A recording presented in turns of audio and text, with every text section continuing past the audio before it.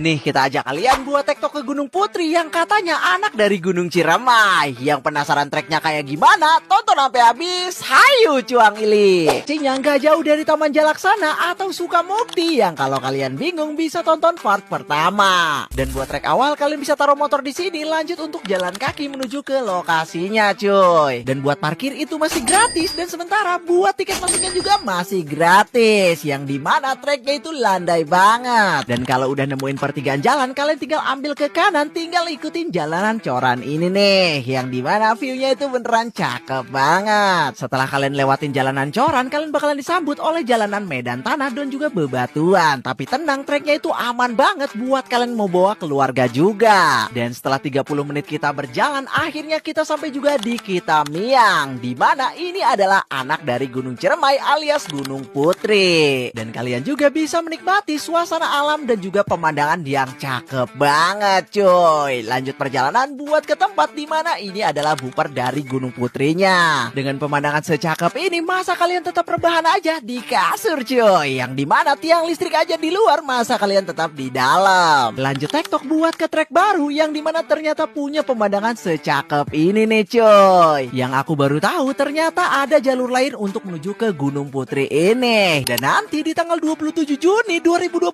bakalan ada trail running yang dimana kalian juga bisa nonton ke sini nih cuy. Dan buat jalur baru itu didominasi sama hutan bambu yang dimana treknya itu kelihatan dan juga jelas banget. Dan kalau kalian turun dari Gunung Putri lewat jalur ini, kalian bakalan diajak buat turun banget cuy. Dan jalannya itu cukup licin. Meskipun trek dari atas ke bawah itu cukup turunan, tapi tenang, jalannya itu aman banget cuy. Dimana kalian bisa nikmatin suasana alam dan juga binatang-binatang yang bener-bener banyak banget. Dan setelah 1 jam kita berjalan, akhirnya kita sampai juga di bawah nih cuy. Dengan jalur baru untuk menuju ke Gunung Putri Kitamiang, ini seru banget cuy. Dan total waktu untuk tektoknya itu 2 jam. Dan kalau kalian suka dengan konten kayak gini, jangan lupa follow.